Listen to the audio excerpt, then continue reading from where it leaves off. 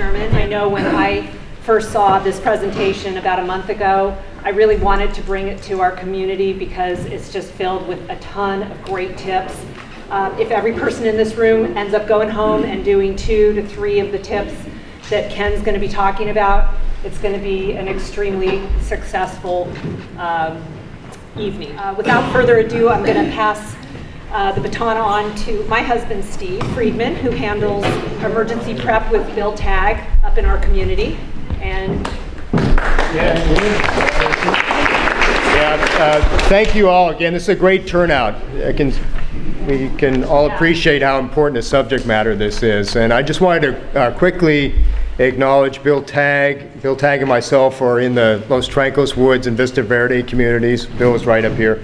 He is the emergency prep coordinator in the Vista Verde community neighborhood. I'm in the Los Trancos Woods. And for those of you who haven't seen this guide, I would hope you've all received it. I think most of you are in our communities up there. But this is our current directory, community directory. It has a lot of great emergency prep information in here. As you walked in tonight, you probably noticed the high fire danger sign, and we're maybe wondering what that meant. We're about to enter, or we've already entered in a very high danger fire season.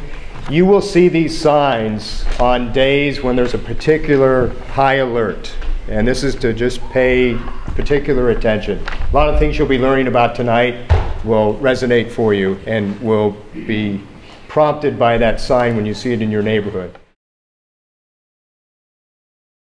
Basically, there are 28 divisions in the Woodside and Portola Valley area in CERP, which is Citizens Emergency Response Preparedness Program. In Palo Alto, where Ken is the Director of Emergency Services, it's called CERT, Citizens Emergency Response Team. But in our community, we call it CERP. And there is a great new website that I would highly recommend that you go to. There are flyers in the back tonight. I encourage you to grab this. The name is CERP, CERPP.org, but we've also have it now as BeReadyToday.org, which is a little bit easier to remember. Be Ready Today. And that's what we're going to be talking about today. I want to turn it over to Ken Duker, who is he's not new to Palo Alto as a police officer there in the city of Palo Alto, but he is now the Director of Emergency Services for Palo Alto. He'll be putting on our presentation tonight. Okay. Before I get going with the formal presentation, I want to just address a few high-level things. Should we need to evacuate? Follow me. Run out that way. There's one theme that always bubbles out of this when we really discuss this risk honestly, and that is that we're all in this together. This is not something that you can rely on first responders alone to do it. I think you know that already, that's why you're here.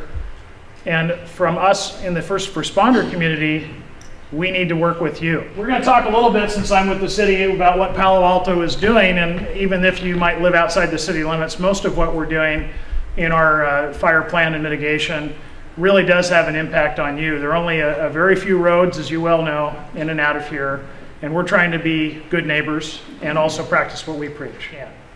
The good news is that your local first responders, police, fire, rangers, everybody else, are really genuinely interested in working together. We have limited resources, as I pointed out. But part of the picture is not just us working together as agencies. We want to be integrated with you. What Steve mentioned, your CERP program, or what we call CERT, those of you who are involved with that already know that we'd like to plug you in to our incident command system. As part of our planning process, from the very beginning, we made sure that this was not just a City of Palo Alto thing. It was not just a silo. It would have been a lot easier, by the way. We would have had fewer meetings and a lot less to talk about. But we wanted to be very open and inclusive. So I'm not going to read all the different groups and agencies on here, but it's everybody from Actera through the Vista Verde Community Association to the Los Trancos County Water District and so forth and so on, who have all been partners or stakeholders in the planning process and some of the input that you're going to see here tonight in these slides.